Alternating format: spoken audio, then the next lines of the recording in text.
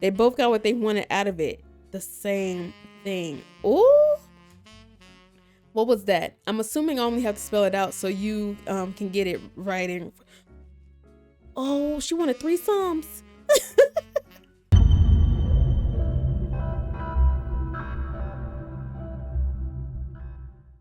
All right, y'all. Y'all see my board?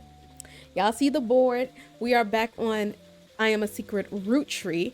And I'm not gonna lie to y'all. It's been a minute. I don't recall what happened. I don't even think I locked anything in. Okay, I locked in Hudson. Okay. Oh wait, I locked in a few things. Three things. That's it. So yeah, that's pretty much it. We're gonna get into this and we're gonna try to see if we can knock out this 4 before I have to end this video. So y'all already know what to do, and if you don't know what to do, let me tell y'all what to do real quick. Grab y'all some water, grab y'all some snacks, because y'all know this is a puzzle game for real. And let's see if y'all can get y'all detective hats on and see if y'all can help me solve this case, okay? So yeah, let's just hop straight into it. All right, so off the bat, I already remembered that he had his first affair with this lady who was like, what is it? A secretary for her, for his grandfather, I believe, or for him. One of the two, I forgot how that all played about, but is she assistant? I thought she was the assistant. Okay. Nurse. Secretary, that's what it was. Okay. All right, so we can either continue the pipeline of Guy, or we could try like go into these other things. I'm not gonna lie, I might start this video off with a hint. I'm gonna start off with a hint because I really don't remember where we left off. Okay. You found a lot of important information in your last investigation. Now that some time has passed, it's worth looking into some of it again. Reminders, and your evidence goes over the most important people and evidence from the last investigation. Lauren was your best source of information in the last investigation. Maybe she can help us again. It's possible her diary has new information for you now that you have different focus. Let's try it. It says, search the public library for A Life Between Wars by Roottree. Lauren Roottree. Okay. I feel like I did that already. Okay, let's stay on Privy. They said search Lauren Wars. Okay. It says cruelty. It says when revisiting Lauren's book, there's a single passage that focuses on potential affairs in her immediate family. You've added it to your rest of your evidence. Okay, let's check this out. Let's get us on a good starting point. Right here. It says an entry entitled Cruelty from Lauren Roottree Diary, written in 1963. It focuses on a relationship between her mother and father. While it offered only redundant information during your previous investigation, it mentions the subject of affairs and may be more useful this time around. Okay.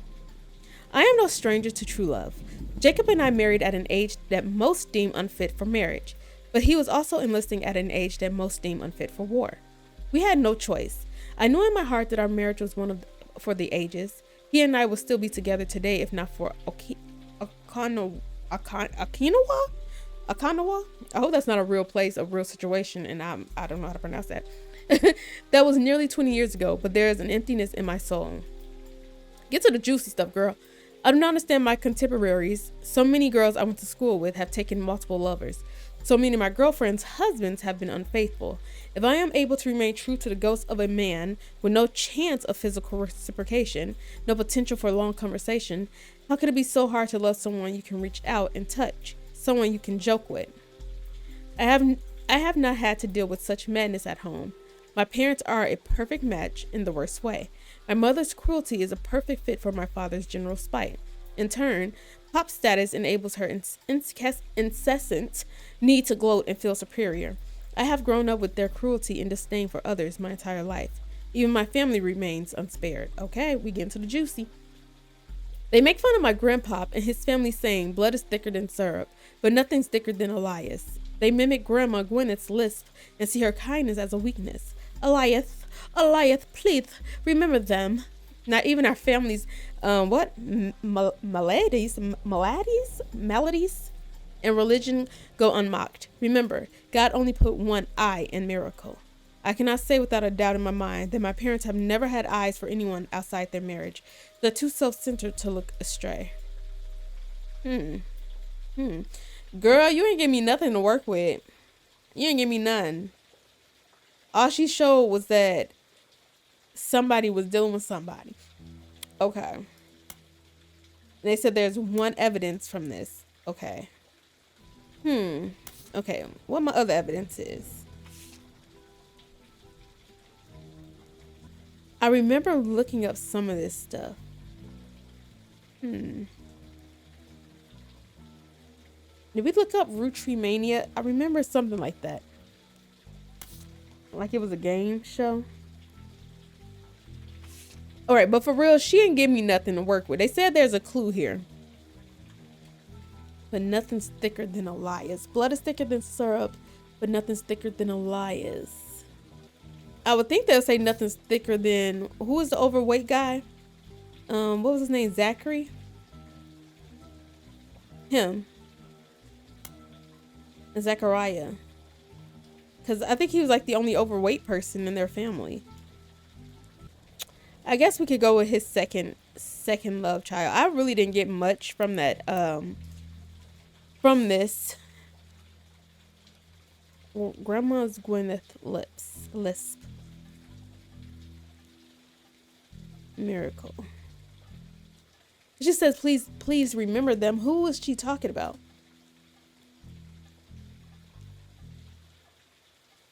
Do you have anything else you want to tell me, girl? Let's go to the internet. I don't know. Let me search her on here. Lauren Roottree. It says, in the wake of Six Pieces release, Lauren Roottree, author of Life Between Words, was tracked down by a reporter as being one of the most upscale memory care facilities in Pittsburgh. She was relocated back to Pennsylvania, where she began suffering from Alzheimer's.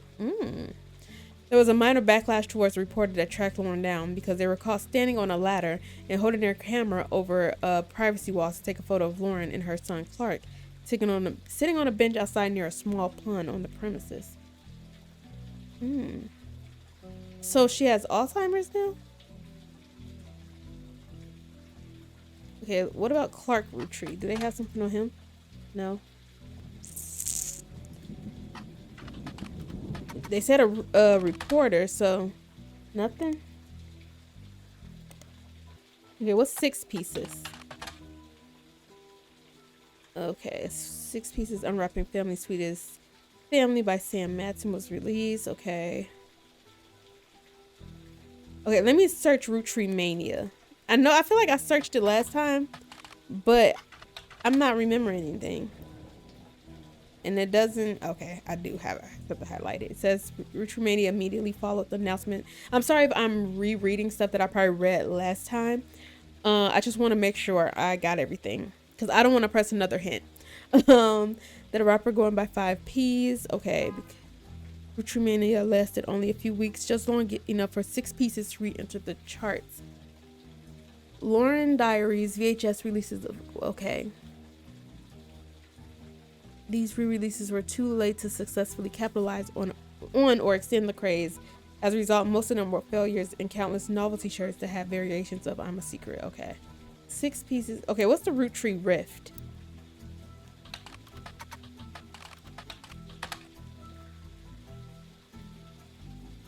Okay, I kind of remember this.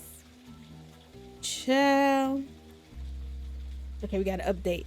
Clark Rafferty LaRoe is the new president of the Roottree Corporation. This does not include Root, which appears to have its own new... Oh, wait, hold on. Remind me to look that up next. I feel like I faintly remember something like that, but we're gonna just refresh. In early March of 1999, about 5 months ago, it was announced that both Clark Rafferty and Ron Roottree will be taking over for what essentially described as a transitional period in the aftermath of Six Pieces. About 2 weeks later, the company released a press statement that thanked Ron for his work, but announced that Clark was the new permanent president. Okay. Most of the information about Clark you knew already. Many descriptions of him tend to focus on his advertising career and that his mother was Lauren Roottree. Few seem to touch on his complex and volatile marital history. Since taking over, Clark has tried to remain out of the spotlight, but did not have one notable foray into the public eye. He gained a lot of support when his first move was a statement in favor of accepting Sam and her family into the trust. This also served as an announcement that the clan's trust would no longer be handled by anyone in the family, since due to their financial motivation, none of them could ever be impartial. Okay, I kind of remember reading something like that. Brenda, who's the new person that took over? Ruby. According to the site, the fund was created directly from shares that would contribute to the inheritance of the Roottree sisters if they were still alive. Like other aspects of Clan's trust, it's managed by Ruby. Okay, let me search this. Okay. They were recently in the news due to a high-profile lawsuit that raised against Cicely Sanchez. Look, some of this stuff is coming back to me. Picotti. Okay, that's in here.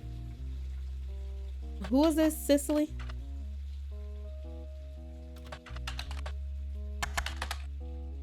Oh, am I spelling her wrong? Spelling her name wrong? There we go. In an issue that focused on talking toy fish and the demonic messages it's supposed to send as the batteries ran low, Picotti had an article about canceled book by Cicely Sanchez. The book's subject was Guy Hudson, and the issue was said to contain pictures that Cicely did not have the rights to publish. Because of the pictures, this issue was pulled from store shelves, making it the subject of conspiracy and an instant collector item. To this recall, the version found in these archives is incomplete. Let me see the library. Do I need the book title? I wonder. New system coming. Cicely Sanchez. Okay, I do need the book. Okay. Is this a red herring again? Is this... I don't know with them. They tricked me last time. Did I ever look up those book titles? Portrait of a Changed Man. Foreign Gospel. I didn't mix up everything together. Foreign Gospel. Okay, I think I remember reading this and saying, I feel like this is about Miracle.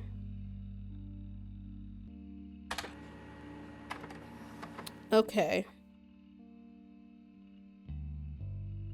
All right, I did another hint, and they gave me this email, which apparently they said that I found this email. I feel like I faintly remember seeing this email, but they said it got updated. So let's read what this is talking about. Okay. Chris Rafferty's Prodigy site seemed to have been discovered by the masses. Gone are the art pictures of his cousins. Instead, I remember this. It's a list of questions that people kept emailing him. The most relevant ones are the following. Are you the son? Who is this? Chris. Are you the son of Clark Rafferty? Yes, but I didn't grow up with him. I remember him from when I was a little kid, but I moved away with my mom when I was very young. We left Pennsylvania and moved back home to Virginia. We lived there with Pete, my stepdad. My dad and I spoke a few times when I found his phone number on the check he sent us in the mail when I was 15. He was happy to hear from me, and now he calls me once a month and came to visit me at college. He tells me about things I don't remember and people like Guy Hudson and Ernie Madsen. My dad and I get along, but obviously we aren't very close. Okay. So, hold on, wait. Who is Chris? Who is Chris? Oh, wait, this is Chris right here. Okay, yeah, this is the boy we really didn't know much about.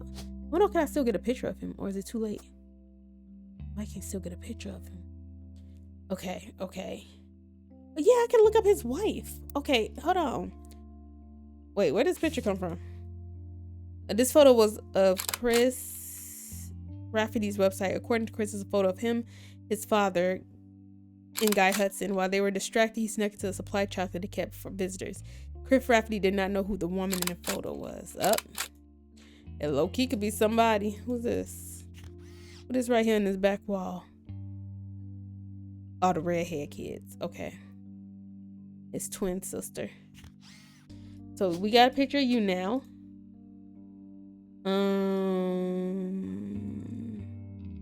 We got a picture of him. Once verified. Okay, let me go back to what I was reading. That was on the computer. It says, did you ever meet the Roottrees? I used to know the Roottrees, but never the sisters. I was in the office sometimes when I was a kid, and I definitely met Guy Hudson before he died, but I don't remember. My memory is weird. It's hard to know what I actually remember and what I only think I do because I have pictures. For example, that's the photo we just looked at. I have a photo from when I was 5 in an office when my dad and Guy was there. I made myself sick by eating chocolate, and some woman who I don't know cleaned my face. I don't know if my memories of that come from the picture or not. The photo has been added to your evidence. Okay. How did you have proof of Ernie and Madsen's heart condition? I knew Ernie had a heart problem because my dad told me on one of our phone calls. I asked him about the poison because I saw it on the Roottree Curse website. What's that? And he emailed some old stuff, including the proof. But even with the proof, the website didn't take it down. You spelled finance wrong, or fiance. Wait, why can't I get this word? I'm not good at spelling or writing. I'm good at painting and other art. I'm going to school to learn how to edit movies. I want to make cartoons someday. Lulu is much better at spelling. And that explains why he spelled obviously wrong up top. Okay. I'm going to look up the Curse website first. What is show older? It says below a bunch of gifts that says under construction. There are a few art pieces. The first is a painting caption. Me and my he was trying to spell fiance.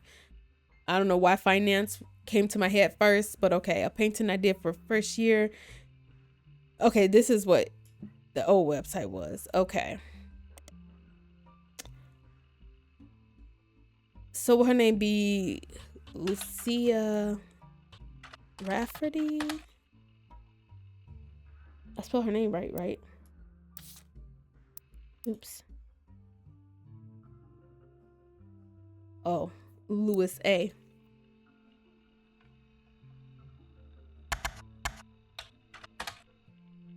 Okay, what if I put Garcia? Okay, nothing. All right, can we go back to that? I'm gonna go to the Curse website. I'm really proud of myself on remembering. Let's just put Roottree Curse and see what happens. Okay, during your initial search, you came across Thomas Overwood's conspiracy page about the Roottrees. I kind of remember that.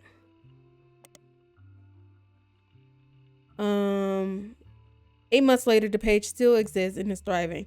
The visitor counter has reached 7 digits. Many older articles have been replaced.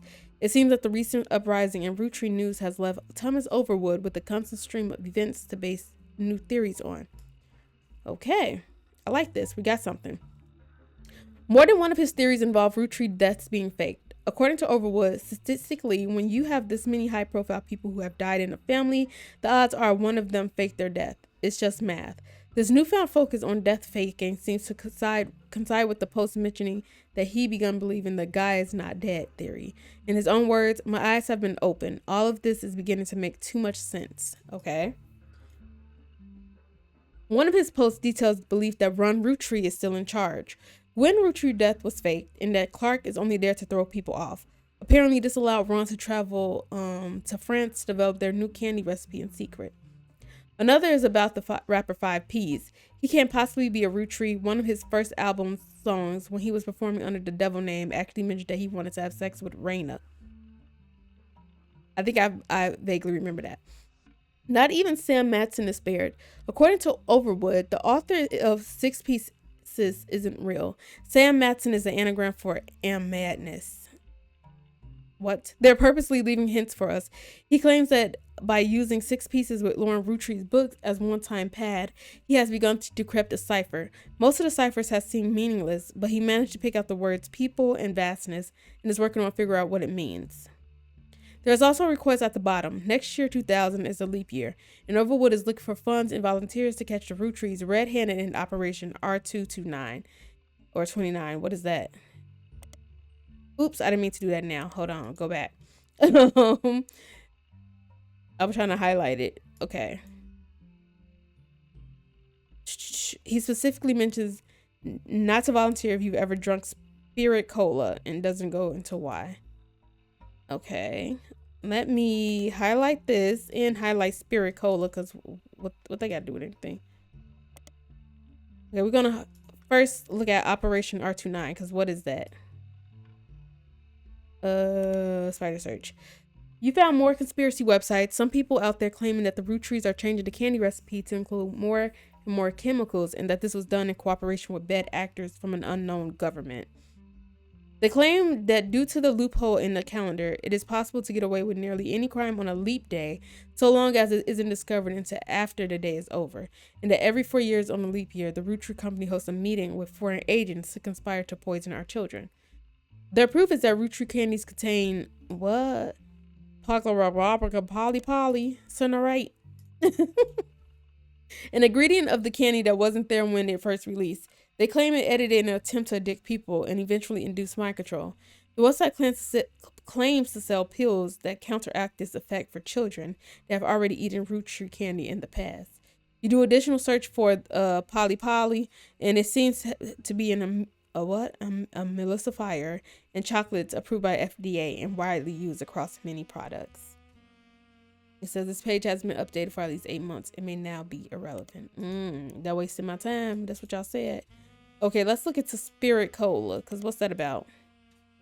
Spirit Cola is a carbonated drink only found in the southern U.S. It comes in various flavors, including lemon, lime, cherry.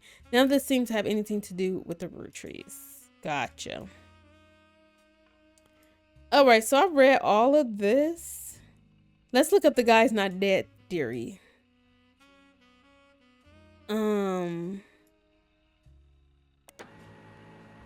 Oh, look at me doing that by myself.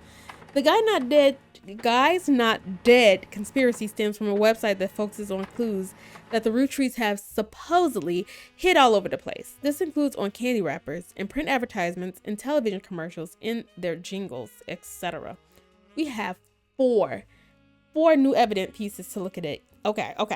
Let's finish this article first. The story, according to the website, is that Guy Hudson was a terrible president of the Roottree Company and introduced multiple failed products, including that caviar flavor. Something needed to be done that would put the company immediately and instantly back in the favor of customers. So they killed off Guy Hudson and replaced him with the new president. This move immediately garnered sympathy, and the company recovered the next year. More popular than ever, the next president stayed much further out of the limelight. And some people even, wasn't that Ernie? And some people even theorized that he was simply Guy Hudson in an elaborate disguise, which is why he stopped appearing in public. The people who run the site are asking for help. They're certain that there's a clue in all that accidentally leaked in a banned article from the magazine Picotti. On their page is a scan of the magazine's cover, the interview with Cicely Sanchez about Guy Hudson, and some photos. You add them to your evidence. Okay, there's one more thing I wanted to look up.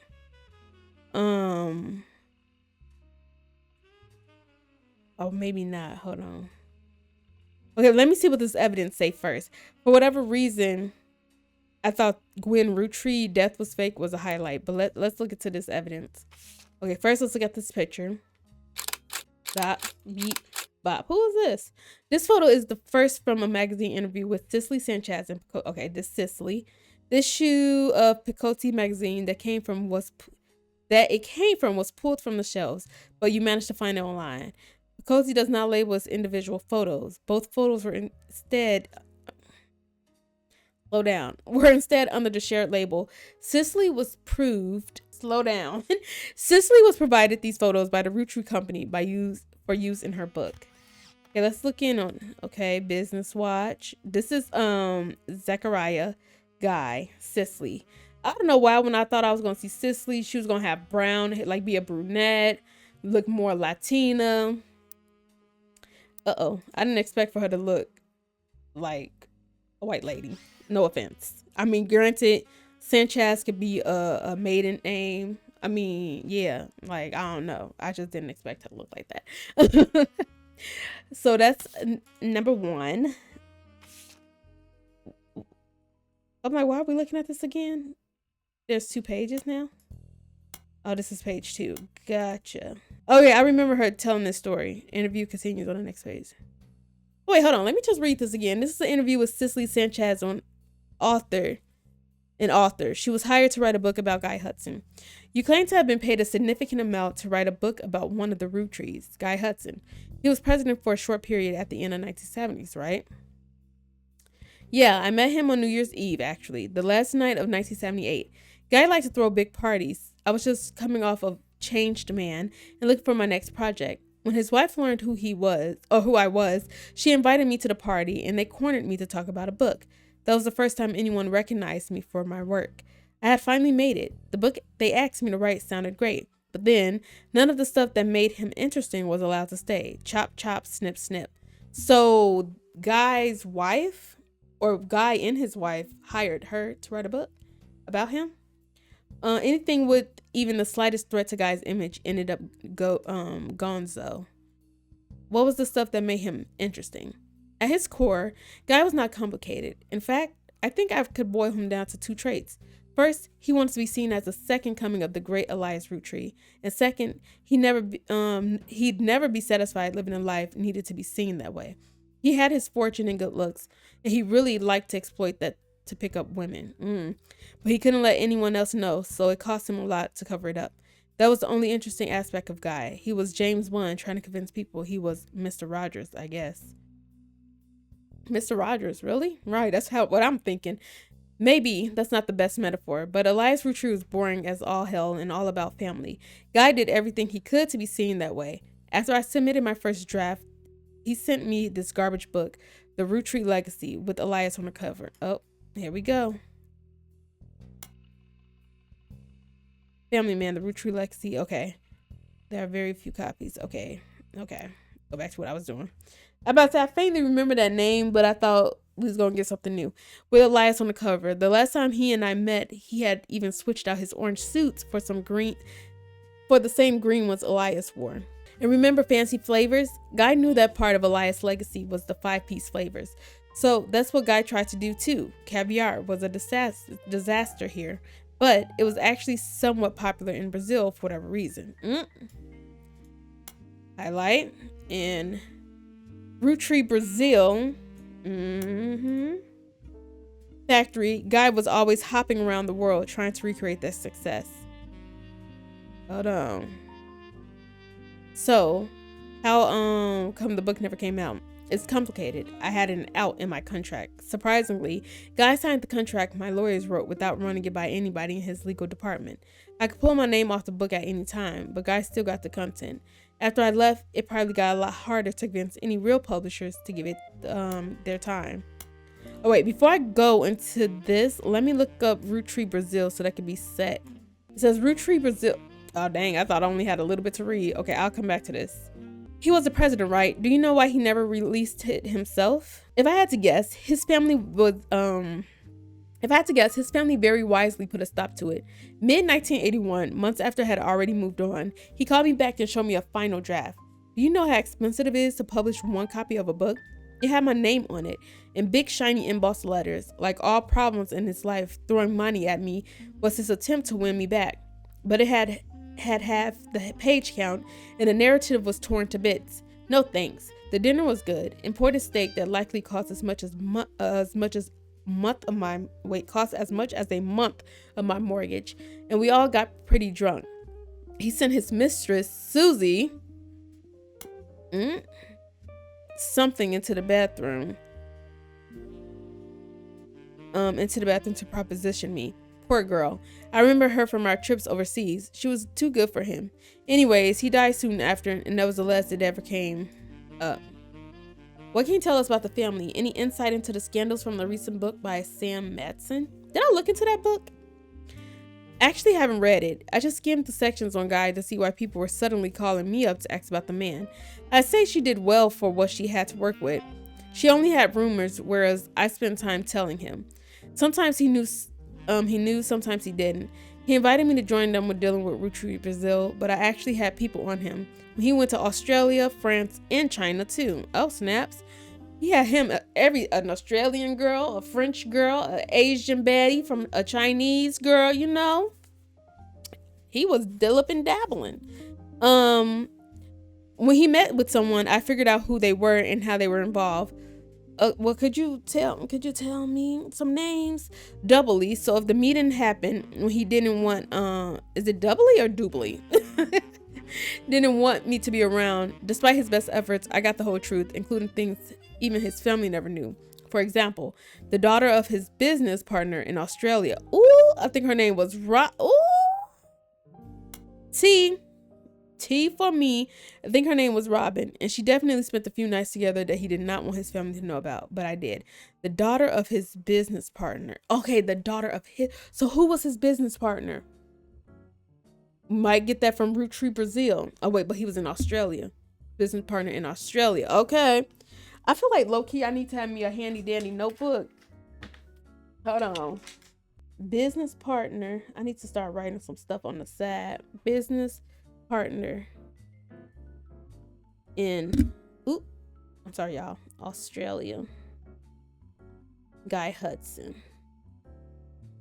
The daughter name was Robin. Okay. Madsen got things wrong. Sam mentioned Guy's affair and treats them like most people would logically think to treat them. Like the infidelity was a problem for Patricia. When his wife first approached me though, it wasn't to talk. If you get me, are you telling me that his wife was trying to get you to sleep with him too? Is she scouting and helping? It wasn't talk, if you get me. I mean, on paper and in public, it was marriage like any other, but in reality, it was more of a mutually beneficial arrangement. They both got what they wanted out of it. The same thing. Ooh. What was that? I'm assuming I only have to spell it out so you can get it right in. Oh, she wanted threesomes. So you can get into the writing for your readers. Women. Patricia enjoyed the company of women, and the swinger scene made that more accessible. I told her I wasn't interested in her and Guy. Whoa. I found out later that if I said yes, her next question would have been whether or not her husband actually had to be there too. Oh, so Patricia wanted Cicely. Patricia said, I have my own situation going on. Guy, on the other hand, was seen in a traditional marriage and at the same time could bed any woman that found him charming. I can assure you that was exactly the type of marriage he was interested in. Oh, is this Robin? It says this photo is the first from a magazine interview with Cicely Sanchez. Okay, so wait, I'm confused. So who is Cicely in the see, this is what I view Cicely to look like. Who is this? See, now I've got myself confused. Okay. This photo is the first from a magazine interview with Cicely Sanchez and Picotti. The issue of Picotti magazine that it came from was pulled from the shelves, but you managed to find online. Okay, Picotti does not label as a video. Okay, both photos were instead under the shared label. Cicely was provided these photos by Roottree Company for the use of her book. In the background of the photo, there's a Christmas tree. Okay, so a holiday party. Okay, let's get into this Brazil tea. And then I need to look up Australia because I need to figure out who is his business partner. Roottree Brazil, sometimes, what is this word? Erroneously referred to as Roottree Brazil, is one of the companies created to manufacture and distribute Roottree candy. It was developed as part of the Roottree Everywhere initiative. So that's how Australia got involved. Gotcha. Unlike some of the other Roottree Everywhere results, Roottree Brazil seems to be a success. You do some rough translating and find a significant amount of information about it. Brazil was the only region in which caviar flavored 5 pieces, released at the end of 1978, were a hit. The primary reason that the factory still exists to this day is solely to create the flavor, which comes in its own standalone 5 pieces bag with Portuguese writing. A small town named Avalagos near the hold on, let me highlight that real quick. Oh, I hate this word. Always municipality. Oh gosh, it's time for me to wrap up, y'all. I didn't record like a lot of videos today. I don't know why I saved this one for last. Y'all see this location. I'm gonna butcher everything I'm reading right now. Became the location chosen by the Roottree Candy Company after a newly elected local politician named Edson Soares. That could be his business partner. Heard that they were planning a new factory and petitioned them in 1979. The factory was controversial as locals did not want it there. The Roottrees visited Brazil around Christmas and managed to break ground on the project. Since then, however, it has been operating relatively smoothly, except for 2 incidents. The first was the in Asado do Bordo, and the second was unsuccessful strike in 1995 that involved all of the factory workers being replaced. The factory was originally built and run, according to paperwork at the time, by a small company called, oh my god, we got so much to look up, y'all, which literally translates to New Brazil Candy Corporation. Okay, I'm just going ahead and highlight that as well. They're going to tell me to get a new page pretty soon. The company no longer exists. Not much information has ever existed about it, and the Rootrees now run Roottree Brazil entirely. Okay, let's start with Edson. Edson Soares was a Brazilian politician. I feel like that's this man in this picture, honestly. You find a dissertation published by a college student as part of their PhD in history. It focuses on the rise of democracy in Brazil. It seems up until 1988, Brazil was run by the military, and the politics during that time were often a hotbed of corruption and nepotism. The paper tells a few politicians at the time, including Edson Soares.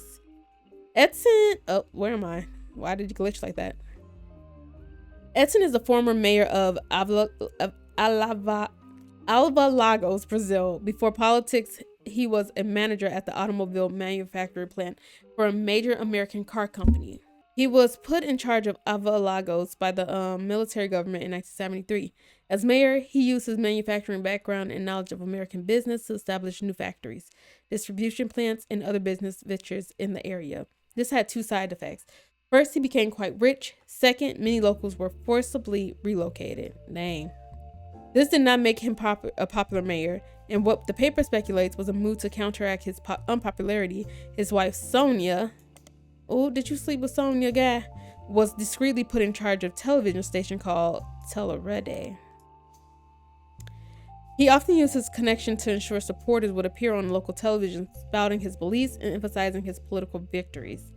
He remained in office until 1988, when he was defeated in the first election after the military government was no longer in control. After his election loss, he quickly left the town behind. It is not known where he has gone, but the dissertation even speculates he likely fled to stay alive. Okay, let's look up this real quick. Tailah is a former television station in Brazil. It came into being in 1970 after the vacuum was created due to the removal of different network at the hands of the Brazilian military dictatorship. Due to the lack of resources online, you don't have much to go on about who ran it and when. So should I put Sonia right here? There does not seem to be any relevant names Sonia listed anywhere online you can find. However, Spider Search does return a page that lists an anchor who has a mother. Okay. Flavio Soares is a young Brazilian newscaster with a bit of a cult following. The discourse surrounding him is, to put it in polite terms, lewd. He better be something fine. When I click on his picture, he better be fine animated. Okay. There's a website about something called fan fiction that has a small section dedicated to him. It seems that women and some men of a wide variety of ages and writing skills tend to find him worthy of inclusion in their stories. You scan some of the tales there and learn that a common thread is that he currently is dating a supermodel named Ashley York. Highlight. Many stories either seem to ignore her existence or get her out of the picture rather quickly. There are also other more traditional fan sites that list some things about him, including his age, 18, his zodiac Libra, his favorite food grilled steak, and his mother's name Sonia. Also, it seems that Flavio translates to golden hair. Flavio. One website with a signed publicity photo of Flavio seems to confirm this. The photo has been added to your evidence. Okay, let me look up Ashley real quick. I'm gonna have to go back to Addison, get more information on that thing. Ashley York is a British supermodel who does ads for perfume, clothing, and jewelry. She has been a subject of some controversy in the past few months, having been protested by PETA for wearing fur on the cover of some magazines. She's dating a young Brazilian news anchor named Flavio Soares, which has brought them both somewhat into the limelight. Okay. I feel like knowing this information about him, like a Libra 18 grilled steak, is there for a reason, and golden hair is there for a reason. Okay, let's get back to this. All right. Okay, no, even further. This. What's the Rootrees Everywhere initiative? Let's start there. I actually feel like we're getting places, y'all. This is Roottree Oss. Roottree. Oh, look, highlight all this. I don't even know why I did it like that. Okay. Roottree Everywhere was an expansion in the late 1970s. It coincided with some other large changes at the company and had mixed success. As far as you could tell, the different companies related to it were all formed in very different and sometimes haphazard ways. There's minimal organized information about the history of the expansion itself online, but you can glean the following. Roottree candy has been distributed globally to certain markets approved by Elias as early as the 1940s. This includes places like Canada, Mexico, and select countries in Europe, mostly the UK.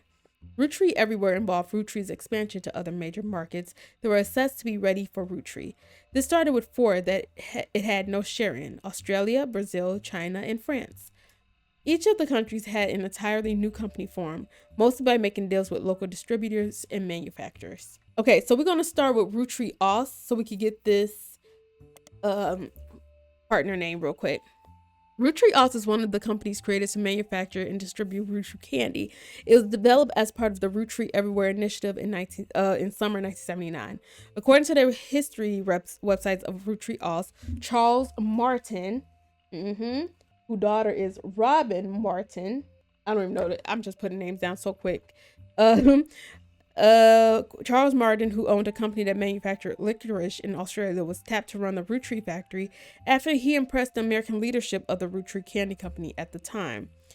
Roottree Oss did have some success, but only in certain regions.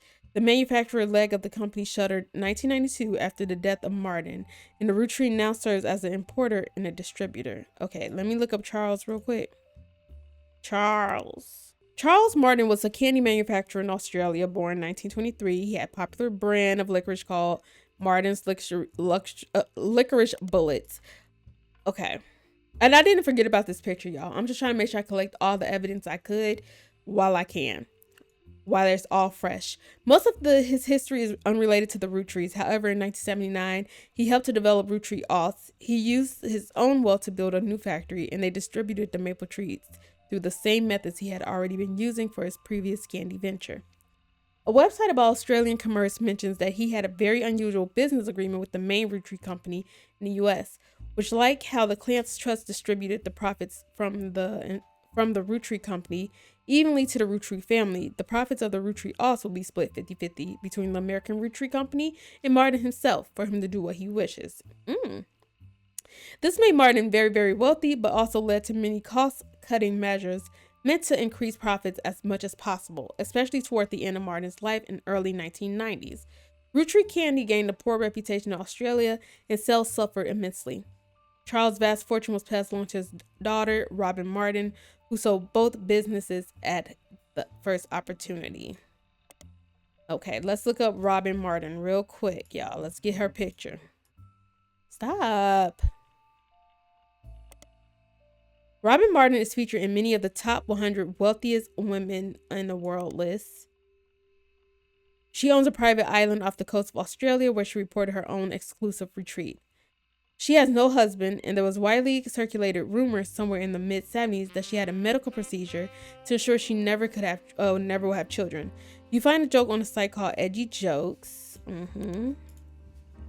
that implies she's quite come on, Nelly Furtado, help me out.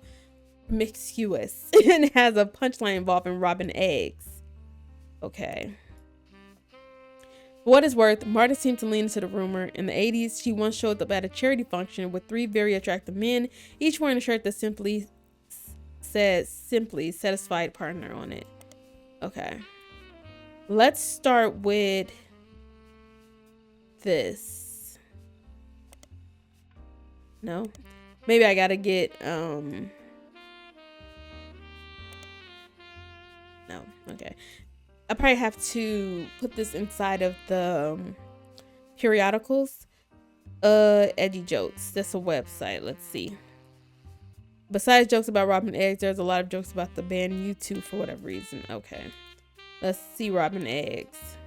No. All right. Let's go back. Let's do the New Brazil Candy Corporation real quick. Nothing? Okay. This is because I had that quotation mark in it. Okay, let's do the Brazil spelling of it. Roottree Brazil. Okay. This is the same information. Okay, well, let's go back to Roottree Everywhere. And let's do China Roottree. China Roottree is one of the companies created to manufacture and distribute Roottree candy. It was developed as part of the Roottree Everywhere initiative in the summer of 1979. During the late 70s, China began to go through a period of economic reform. This led to new opportunities of American companies, and the Roottree Candy Company decided to pounce. Lang Hongbo, who was said to personally win over the Roottree family and was the owner of multiple textile factories, did not wish to import the ingredients and build a special factory to manufacture the candy in China. So instead, they made a deal to import bulk unpackaged Roottree candy and label it for not only China but additional markets. Hongbo was already in his mid-50s when the deal happened. Only had daughters, and his brother Lang, oh lord. Come on now, guy, please don't tell me you did anything with his children. Took control upon his death in 1986. After Hong Yu died in 1992, it passed to the oldest child from the next generation, Lang. Okay. Let's look up Lang first. Yes, a picture. Lang Xiun in China, the family name comes first, so Lang is her last name as a businesswoman currently running the Lang Tai Textile Company. She was recently listed in an article on a website written by and for women. The article entitled Empowered. Okay. Is about the recent rise of women entrepreneurs in China.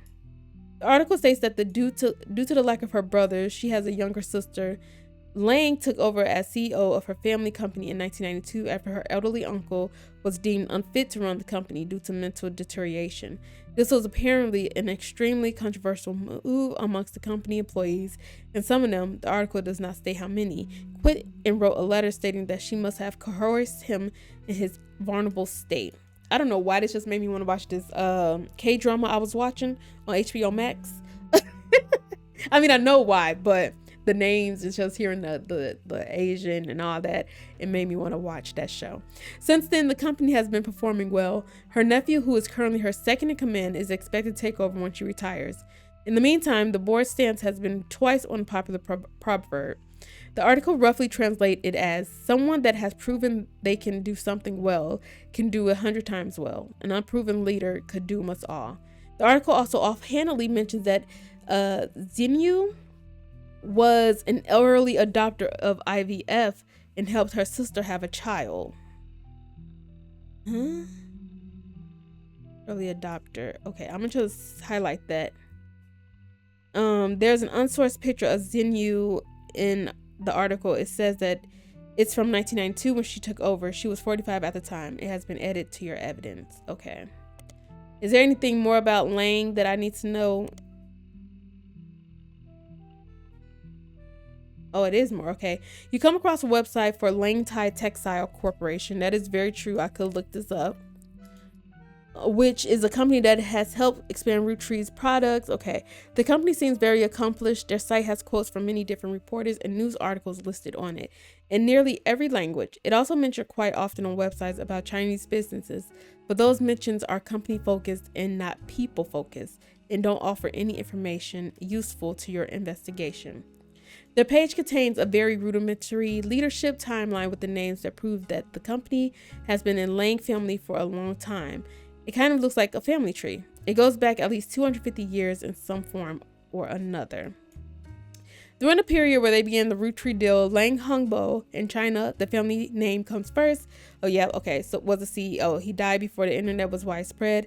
So there's not much of there out there other than his name on the website. His younger brother, I'm gonna look him up next. So I'm gonna just highlight this again to remind me. is featured on the history section directly following him. This is also seen to be the only mention of the man. The current CEO is a woman listed. That's his daughter. Lang Tai has a few American logos in his pages. One is the Roottree logo. Another is a Trend Quilts. I don't know if I need to highlight that. And the third is the Piece of Asia. These are logos. Okay, let me just look up these logos real quick. It seems Trend Quilts is a play on tranquil and quilts. The name is ironic considering they're the loudest quilts you've ever seen. The main quilt featured on their website is a flaming unicorn soaring through the space with peace symbols all around it. Although they were listed on the website for Lang Tai Textile Company, they don't seem to have much of a connection, it appears. Okay. What is the Piece of Asia? Piece of Asia is an American arm of Lang Tai, located in Pittsburgh, Pennsylvania. According to their site, the Tai and Lang Tai translate to peaceful. So the Tai in my name for Tailah translate to peaceful. That explains my personality. So they choose their name in America to match. There are a lot of other companies listed here. Too many to investigate, as very few of them seem to have any relevance. It seems Piece of Asia is nearly as accomplished as Lang Tai. They offer fabrics and clothes at wholesale prices. You don't spot anything out of the ordinary. The business is said to be owned by a husband and wife, Jerry and Linda. The Chinese names are listed too. If I'm using an online translator, it seems that Jerry is Han and Lang is... Okay, so this is Lang family. Okay, highlight. Okay, hold on. Let me look her up. Piece of Asia. Okay, can I look him up then? Okay, same thing. Gotcha. Okay, let's look this up now. I know I said I'm gonna look up the brother. Give me a second. Okay, it took me back to this. Look up him. Okay. None else. Okay. I'm gonna be looking at the evidence in 1 second, y'all.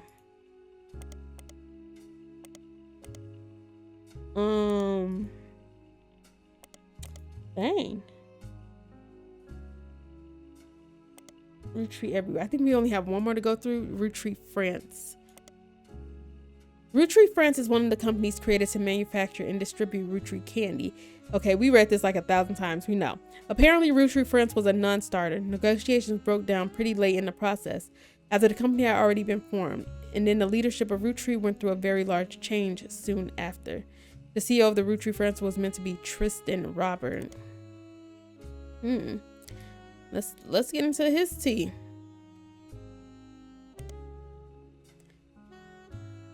Tristan Robert is a businessman who at one time was in negotiations to take over Roottree France. He is still alive, and you come across an interview unrelated to Roottree from a few months ago. It seems that other countries have not been immune to Roottree Mania. As you recognize the word Roottree in one of the questions, it seems the interviewer snuck in a question about his experience with the company at the end of the 70s. The article is in French, and it takes some time to translate section by section. He mentions Guy by first name only, and the tale he tells is quite ugly. The translation is as follows. Guy, the president of Roottree, that was me trying to do a French accent, was one of the worst men I have ever met. He approached my wife about having an affair, which she refused. He then kept insisting that this was the best way to celebrate the end of our business contract. Guy, wow, him and his wife was crazy. I mean, they weren't crazy. They was just wow things. I don't think he expected her to say no, and I don't think he thought she would tell me what happened. I punched him in the face and refused to attend another meeting with this man. They lost a lot of money on this deal because not only was he a terrible person, but he was also a terrible businessman. When he died shortly after, it felt like the universe was working things out. I wasn't surprised to learn he has a secret child. He seemed to treat women like collectible pocket monsters. It seemed mentioning Pokemon sidetracks the questions a bit, and the interview never returned to the subject of the Roottrees. Okay, there's not much with this. It just confirmed what we already knew. Okay, let's look at these evidence that we get. To Natasha, kisses from Brazil. I mean, he has a reddish looking hair, like guy. I thought when they said golden hair, he's gonna be blonde. But he's not nothing to write home about. Okay, animation wise, whatever.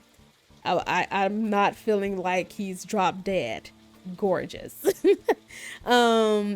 is a signed photo to his friend. Okay, as a fan. Okay, let me zoom in. Okay. She runs a business. Okay. So now my question is, did he sleep with her? Did he sleep with her too? I want to know, what do I search? Where's my notebook? Can I search these names? Like Tristan Robert? Like, is that an option? No. Oh wait, I want to look up Robin inside of the is it Business Watch? Would it be under there? But I don't know how far, because this is Australia. Okay, we got some. Apparently, Robin Martin sold off her father's assets in 1992, the year after he died, which combined with her inheritance immediately catapulted her almost unimaginable level of wealth.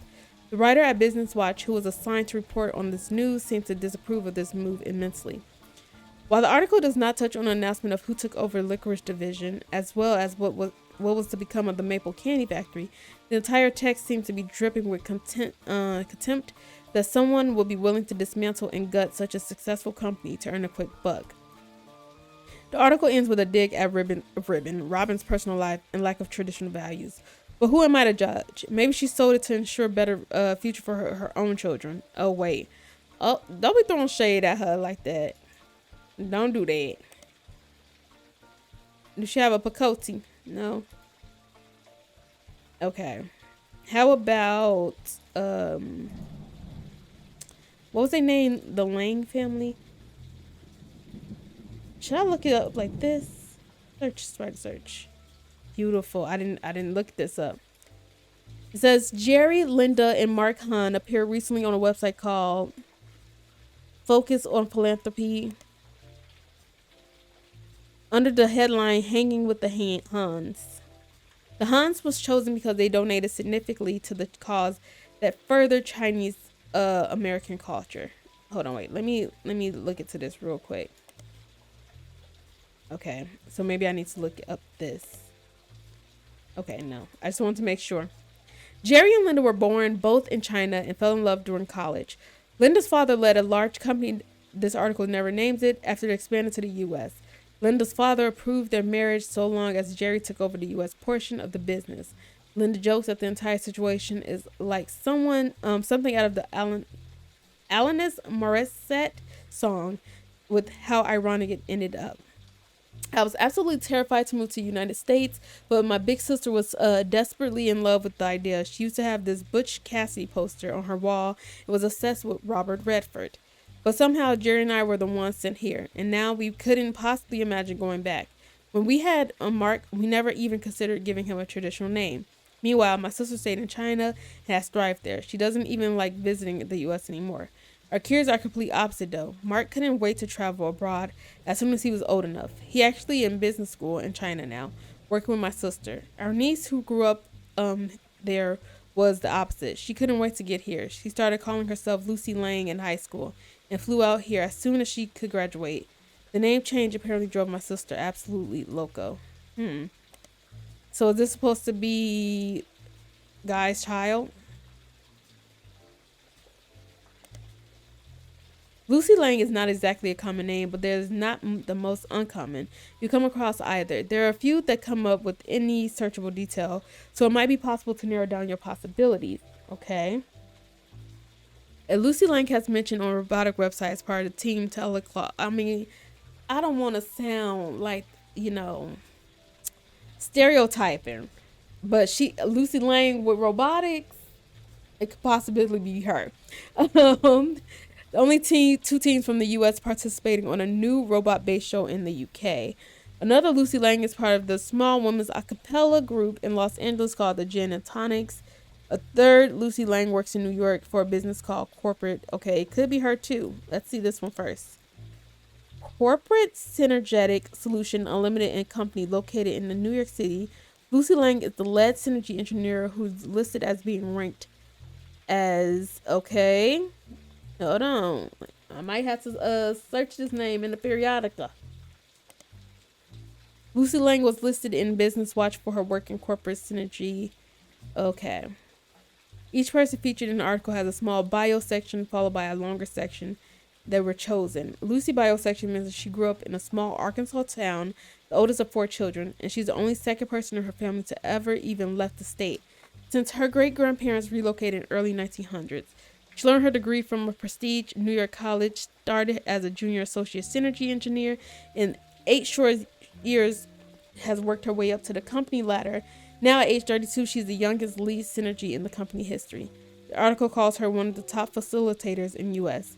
due to her work on the merger between 2 region dial-up service providers. As a direct result of her organizational changes and policies, the new company managed to eliminate over 200 redundant positions as part of the merger, making it an instant success. I don't know if this helped me out or not. As far as you could tell, CSSU is a company that other companies hire as consultations to increase productivity. It's unclear the exact service they provide. The site is light on details. There are few high-profile companies listed on their site as former clients. We recognize their names, but none of them are related to our current investigation. Okay, so that may not be her. Let's look up Team Talent Claw. Watch it be this one. It says Team Talent Claw is a robotic club of Mid-Eastern University. Their robot, also called Talent Claw, has been selected for appearance on the 2nd season of British television show focused on robot fighting. A small blurb mentions that robot fighting leagues have existed for a few years, but there have been recent moves to televise it. Talent Claw was only 1 or 2 teams selected from the U.S. The Robotics Club has text-only site. You can find links from the university student section. The site seems like it used mostly to announce the schedule of its members. The club is supposed to meet every Tuesday and Thursday, but the last 8 dates have all been canceled because a few members of the team are currently in the UK filming. Another date from a few weeks back was canceled for an interview with the school newspaper. What's the school newspaper? At the bottom of the traveling members of Talent Claw are listed as team captain Jaya Patel and supporting members Lucy Lang and Kurt. Okay, do I look these people up? No. Okay, so is this the girl right here? Jen and Tailah are a college a cappella group out of Los Angeles. Lucy Lang is listed as a soprano. There doesn't seem to be... Why does name look familiar? There doesn't seem to be much else about her other than her name and that she performs as a soloist on a song called Like the Wind. Okay. The group were featured on a CD compilation called Bulk Up, performing a cover of popular boy band song. It doesn't seem relevant to the search. Subways of Your Mind by Fex is an early 1980s pop song. It was a #1 hit in many countries, though it peaked at 6 in the US. It is still played to this day on a contemporary station around the world and is often found on compilation discs of popular music. One of the reviewers at the time was quoted saying Subways of Your Mind is one of those rare songs. Does this have anything to do with what we got going on before I read all this? When searching for the combination of Like the Wind and attempting to narrow down to results that include the Rootrees, you find that an obscure Irish band called U2 once cited both Fex and Jim and Diamond as inspiration. As far as you can tell, neither Fex nor Subway has anything to do with your search. Okay, thank you. So the only thing I can think of is looking up this college to get more detail. Middle Eastern is a notable private college between Maine and Miami. Along with other prestige schools that's having quite, some refer to as Little Ivy. The college has embraced their calling on a newspaper. Okay. There we go. The Horizon, a school newspaper, Middle Eastern. There we go. Wait, what is this? Have a bit of research, you discovered that the combination... so is this what I'm supposed to be looking up? I didn't see what it said at the bottom. What did they say to me? Oh no, can I get a clue on this? Because I missed what it said at the bottom. Did y'all see it? And I don't want to stop my recording just to see what it said and then start it back up. They also have a printing press that used to print one special year. Oh wait, was it this? I think that's what it said. There we go. There we go. The Herald has a story about their school's robotic team, Team Talent Claw. It listed 3 students members that talked about a bit about each of their history, including their interest in robotics. The only one that catches your attention is Lucy Lang. She grew up in China as Min Lang. Okay. But came to the US specifically to attend university. She says she grew up around factory scale machines. I was right about her being in electronics. It all worked out. Okay. I wasn't being stereotypical. She grew up around factory scale machines that assembled products that would be shipped all over the world, and the moving parts and automation fascinated her. However, as she has progressed through her major, she has become obsessed with smaller, more powerful hydraulics, such as the mechanism that closes Talon Claw's weapons. In addition to robotics, she loves linguistics. One of her hobbies here coming to states she has been collecting accents. In her spare time, she practices not only removing any trace of her native inflection, but also quickly switching between multiple different regional accents. She feels her personal best is the Southern Belle, but her favorite is the Valley Girl due to its use to popular culture. Okay. This is a photo of Lucy Lang, aka Lang Min, with Talon Claw, the robot she worked on. Okay, so I feel like I can lock some stuff in. Would it be correct order? I don't know. But it's kind of clear to see that, or to know. Oh, you know who I think this is? I think whenever I find her sister real face, that's gonna be this. Infidelity, married. I think I'm gonna do one more clue. So I think I'm gonna wrap this up in a bit, but let me look up. Family Man has been reprinted. Maybe you should seek out a copy. Family Man. Who wrote Family Man? There we go.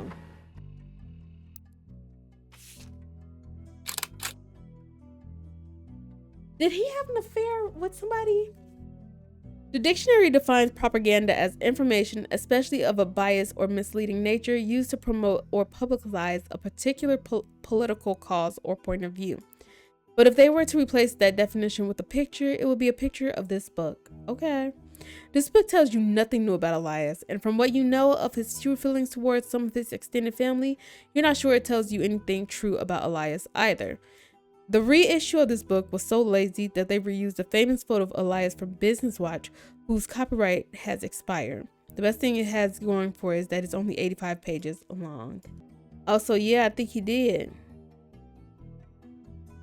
This person's also on the original family tree. I think this is Elias.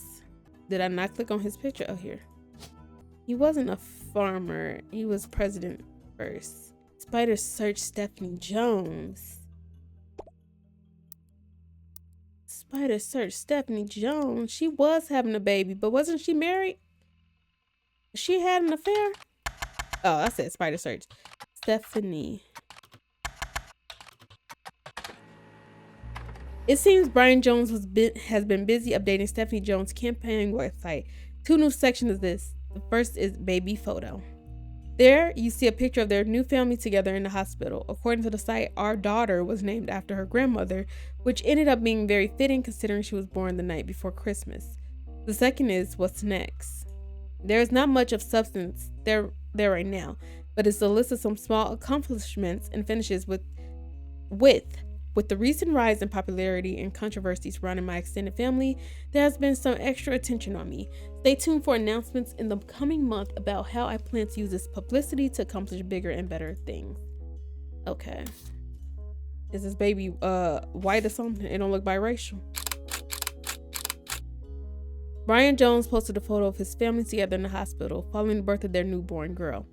His new daughter is wearing an adorable little Santa hat, and his wife Stephanie is giving her signature thumbs up move from her campaign literature. All family tree updates. So this is just them. Okay, got it. Brian. What's this girl name? Stephanie Jones. Or Stephanie Landon. Politics. This is her picture. There we go. We did it, y'all.